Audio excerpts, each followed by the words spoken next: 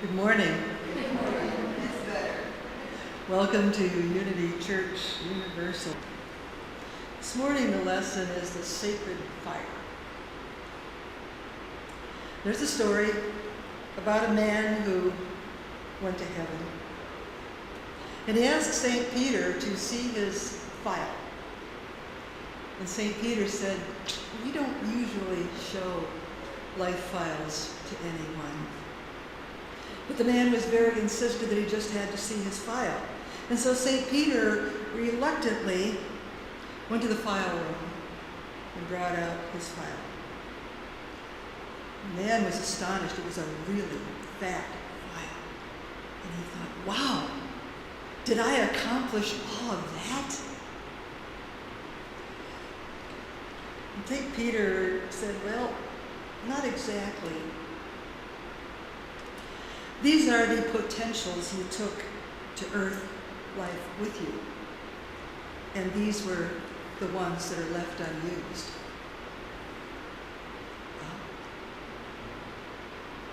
Just a story, but one with a message. How fat is your file? How much of your potential will be left unused? We were born to make manifest the glory of God. Wow. The sacred fire that we are. And it's not in just some of us. It's in all of us, all the time. Well, I've wondered what might have been in that man's file that he didn't use. Build a skyscraper? Probably not. But be happy every day? It might be one. Find something good to say to someone. Lift someone else up when they are down. Will you affirm someone else in your mind instead of putting them down? Will we remember the golden rule? Will we expand our good through spiritual law? Will we claim wisdom and guidance every step of the way? Now, these might seem like little things that we forget to be and do, but they are the ones that make up the fat folder. When my sons first got their first cars, and they know what that's like if you had a kid who got his first car. Of course, my older son managed to bash his first car on all four sides. And it was always on the tip of my tongue, and I had to bite my tongue to say, be careful, when he would be ready to drive away. I mean, we're so used to saying, be careful, be careful. It sounds like we care. Yeah, we do. But what are we saying when we say, be careful?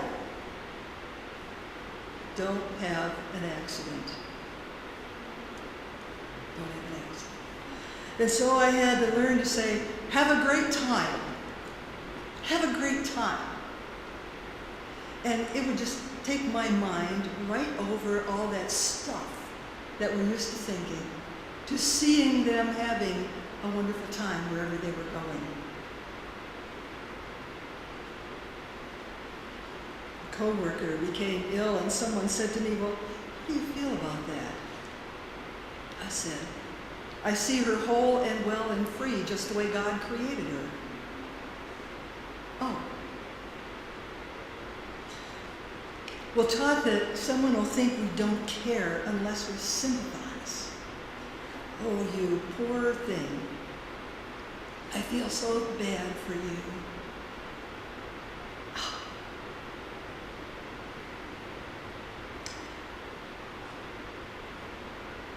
It's the sacred fire, the truth within us, that affirms the truth in the face of any difficulty. Any difficulty. Doesn't matter. In fact, there's no such thing as difficulty. That's another human construct. Well, Carol, what about Orlando? And what happened there?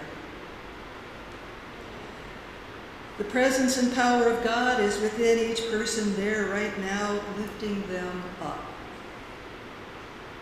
That's all we need to know. And that's the spiritual truth. Are we going to sit there and say, oh my God, this is terrible, all these poor people about blah, blah, blah, blah, blah. What are we affirming for them when we do that? We're affirming the worst. And also when we do that, we affirm it for ourselves. And so there are a lot of things happening in our world.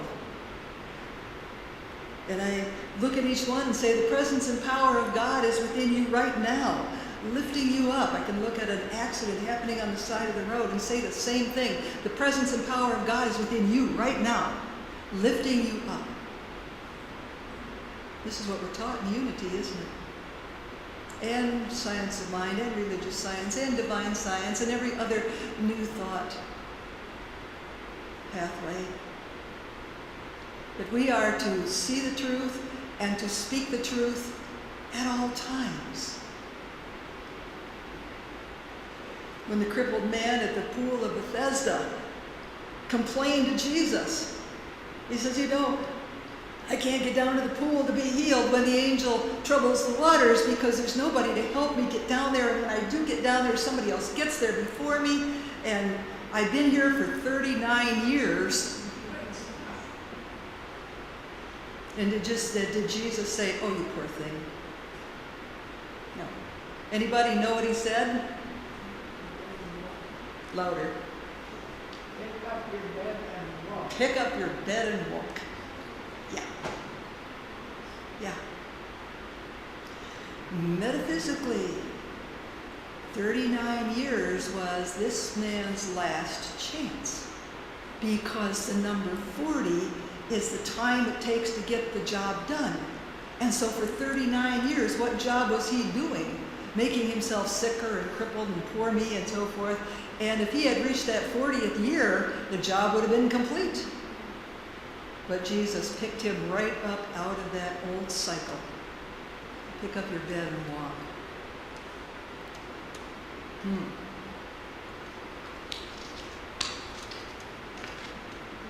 You know, our deepest fear is not that we are inadequate and we can't do it and we lack something. That's not our greatest fear. Our deepest fear is the opposite, that we are powerful beyond our wildest dreams. Oh my goodness. What will we do if we're not struggling for something every day? How will we live? Because that's how we know how to live. You know, the washing machine stops, the refrigerator stops, the food's going bad, the car isn't running right. All this stuff. How will we regard our day-to-day lives if we're not griping about problems and stuff that comes apart and breaks down and the stuff? This is what stops us from clearing out our folder, the doubts and fears that we have been taught. You know, if you're happy all the time, somebody's going to think, you must not know what's going on. What's the matter with you? And so these things we have been taught. I mean, we say to ourselves things like, who am I to be brilliant? Who am I to be gorgeous, talented, fabulous? I can't be like so-and-so. I can't accomplish great things. Well, who in heck are you to deny these things that, who are you to deny that you're the Christ of God? And that you are not all of these things. God didn't create small, inadequate creatures. God created powerful geniuses. And that's who we all are. I mean, consider the ant standing beside this huge anthill. Can you see that ant looking up at that and say, I can't do that. I can't do that. The ant just does it. Just does it. Thinking small, acting small, does not serve you or the world. There's nothing enlightened about shrinking so that other people won't feel inadequate around you. People have said to me, "But Carol, you're so strong." And I say, "Yes, I am, and so are you." Yes, I am, and so are you. We were all created equal in spirit. We may not look like it in physical bodies, but that's humanity's error thinking that makes different things happen in our physical bodies. But in spirit, we have the same power. We have the same Christ within us. We have the same capacity to be great. Yes, you are gorgeous. Yes, you are brilliant. The sacred fire lives within us equally. Nelson Mandela spent his prime years in a fetid African prison. But he was the sacred fire that no one and nothing could put out. He said, when we are liberated from our own fear, our presence automatically liberates others.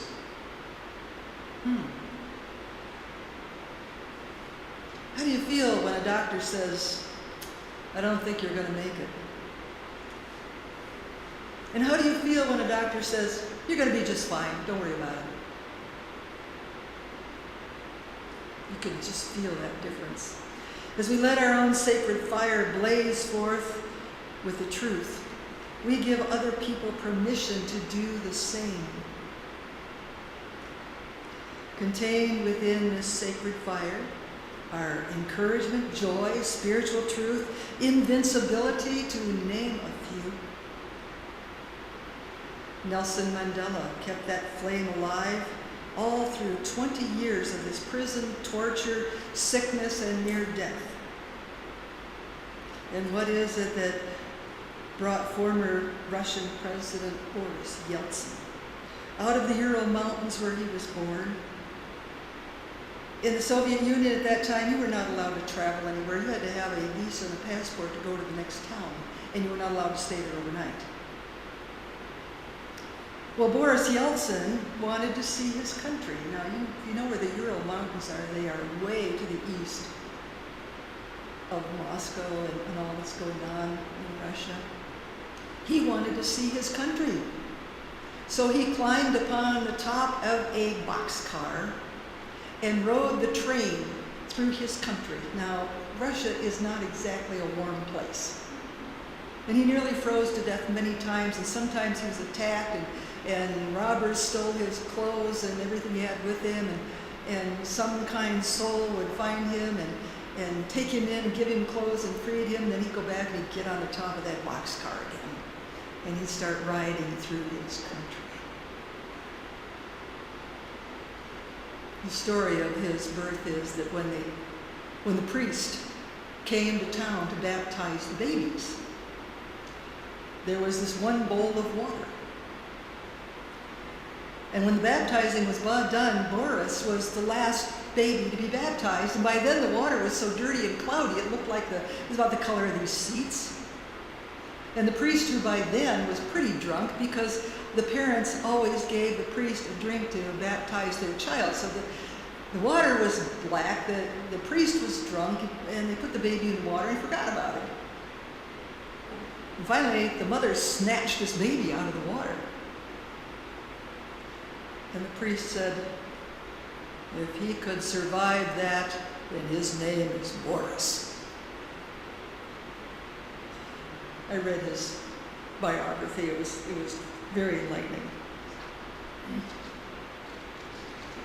What drove Benazir Bhutto, the woman leader of the male-dominated culture of Pakistan, to struggle to maintain her leadership through one coup after another, one attempt on her life after another, and yes, they finally did assassinate her. But what kept her going was that insatiable, sacred fire that would not be denied.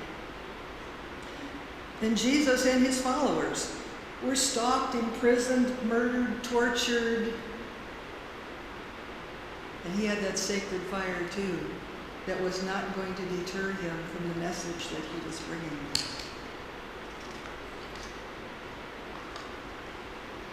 In Mandela's words, it is our light, not our darkness, that most frightens us. It is our light, not our darkness, that most frightens us. If people were most afraid of the darkness, they would rush into the light wherever it appeared, defend it, nurture it. But instead, how many peacemakers have been assassinated? Anwar Sadat, U Thant was one of the first ones we knew about, the first president.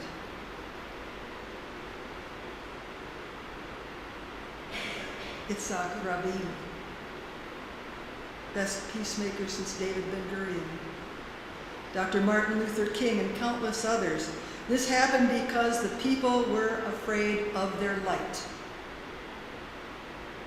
People in the Middle Eastern countries are crying out for the light of freedom, of creativity, and the joy of being alive, but their leaders are desperately afraid of the light and are hiding in the deepest, darkest fear.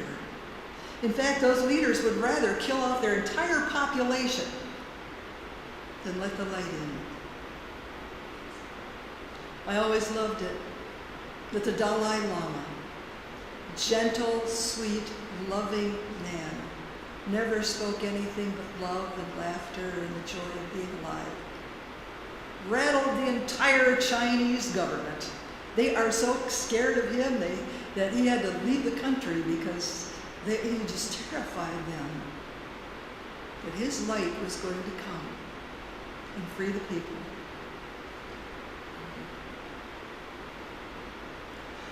Our deepest fear is that we are powerful beyond measure, and people hide from success. Call it the glass ceiling, don't we? People get just so far, get scared, and let the fears take it all away.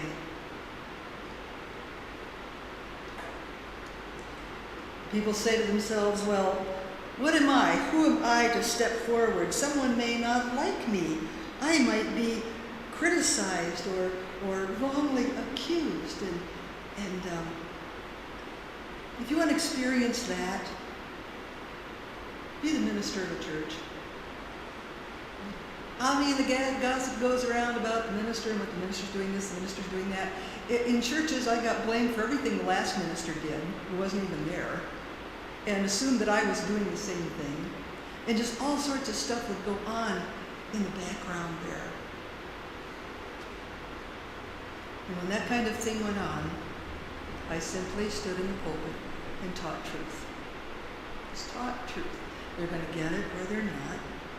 But fear wants us to play so small that others will not be uncomfortable around us.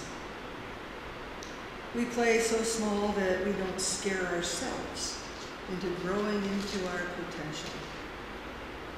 Women were encouraged to play small so they wouldn't scare off the men.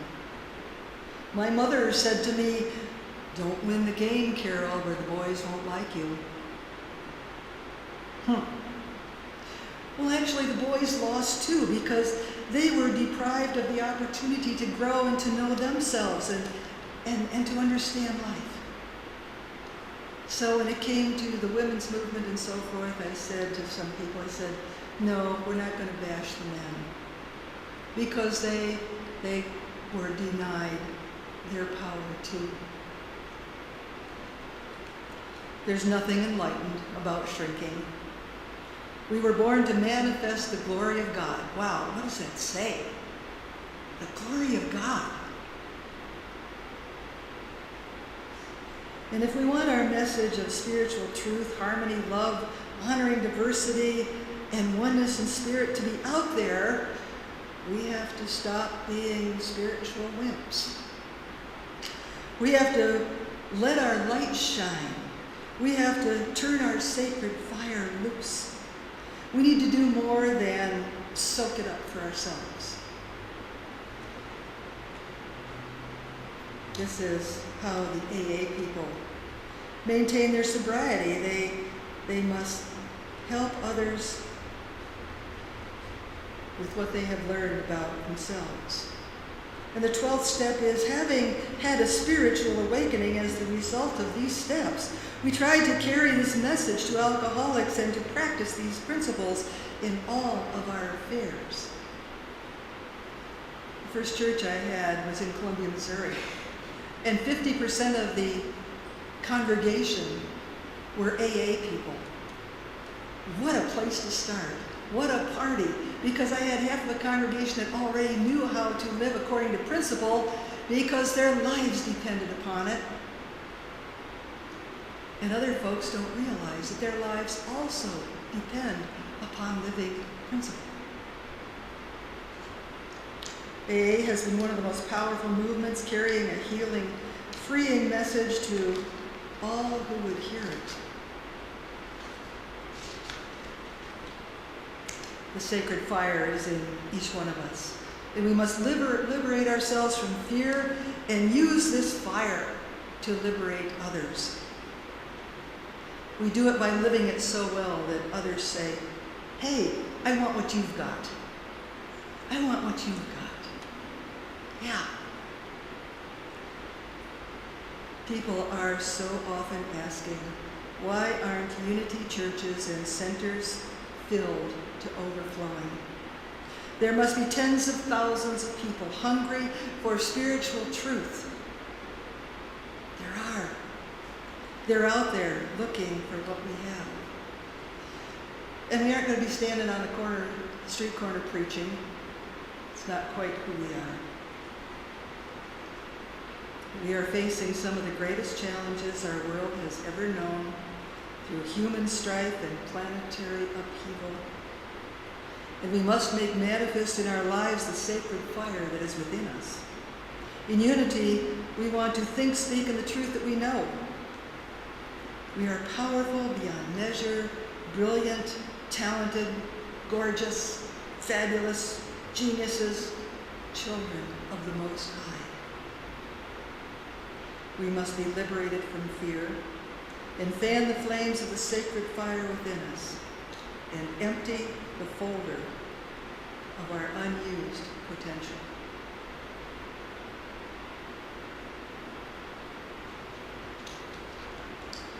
And let us just take a little time together in meditation. And I want to take you on a spiritual trip. If you don't know what a ziggurat is, it looks like a pyramid, but not as big as the ones in Egypt. And the steps go all the way to the top. And there is a temple at the top. And we are in the desert facing a ziggurat. And the wind is blowing, the sand is stinging our faces. We pull our robes and hoods around us. And then we kick off our sins and take the first step up. And then we take a second step up. And then we continue to walk these steps way up toward the temple. And halfway up, the wind has ceased. The air is cooler, the sky is bluer, the sand is golden. And we push back the hood of our robe and drop it on the steps beside our feet. And we continue step by step by step until we can look out and see the horizon all around us. The sky is so huge. The golden sand is so beautiful. And we can just feel that refreshing love of God just moving through us. And we continue up the steps until we finally get to the top. And there is the temple. It has 2 tall golden doors And we step up to those doors and lightly touch one of them. And it quietly opens. And we step inside. And the door quietly closes behind us. And the air is very cool. The paving stones are cool on our feet. And in the middle of this temple, in the center of it, in the floor, there is a blue flame. And that blue flame just beckons us forward. And step by step over the cool stones, we approach the flame. And the voice in the flame says, "Come unto me." And so we step into that flame. And it grows bright, it grows white, it's cool, it enfolds us, it moves all through us.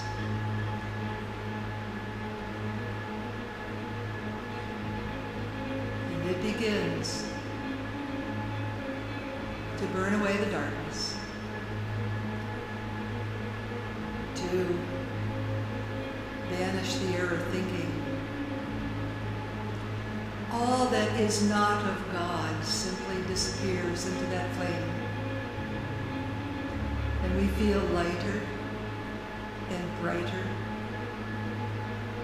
and more powerful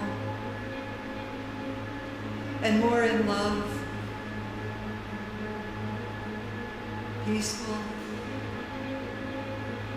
All that is not of God has disappeared from us, from body and mind. And we just stay there in that gorgeous, cool, white flame, knowing that it is the love of God, enfolding us, purifying us, freeing us to be who we truly are. God in us as us.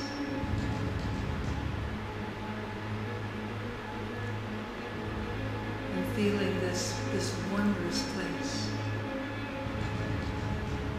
We want to stay there forever.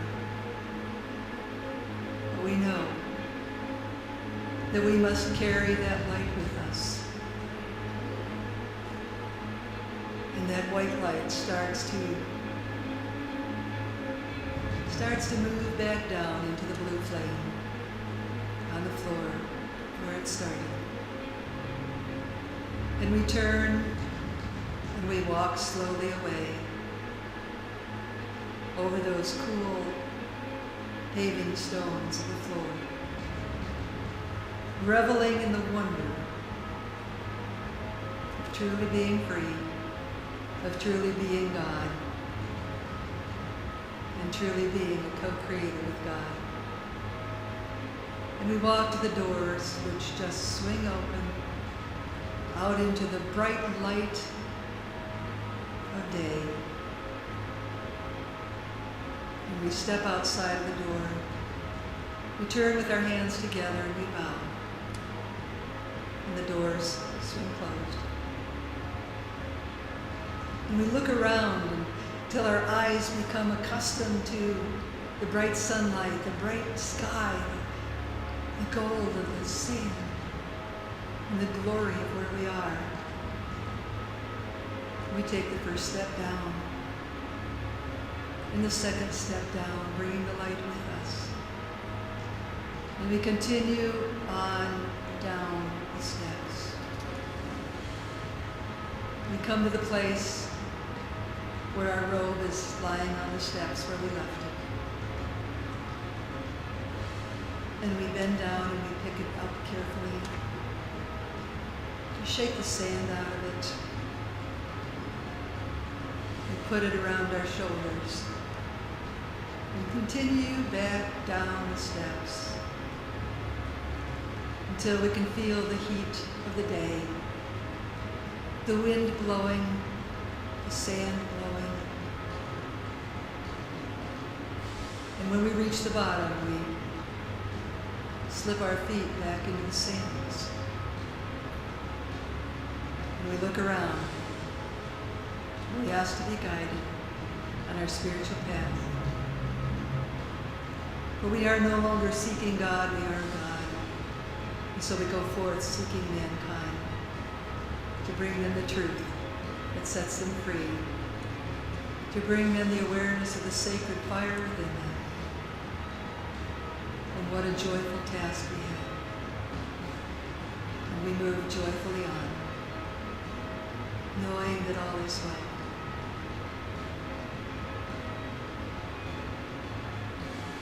And so it is. Thank you, God.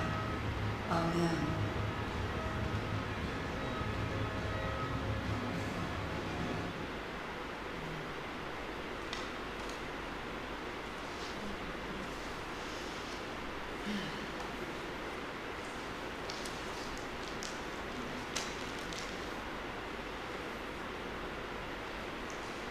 That was a meditation I created when I was in ministerial school. And at that time, each one of us had to do the 11 o'clock service. And that was when it was in the original Silent Unity building, and there was a sanctuary upstairs, and employees were required to attend on certain days. And I had prepared myself to do this meditation. And that was the very day that the entire faculty came into the sanctuary. And then down the hall I saw this white hair floating along. It was James Dillett Freeman. And he was known for being very critical of us students. And I'm sitting there thinking, OMG, oh my God. And then I got a hold of myself and I said, Carol, they're here because you're good. And because you know the truth and you know what to do. And so I went on and I did that meditation. And dear beloved Mr. Freeman walked out without saying a word. That's high praise, by the way. And one of the faculty members came to me and said, you know, it's the first time I think I've had a healing in one of these services. Okay. We are brilliant. We are gorgeous. We are talented. We are powerful beyond our wildest dreams. That sacred fire will just take you where you need to go.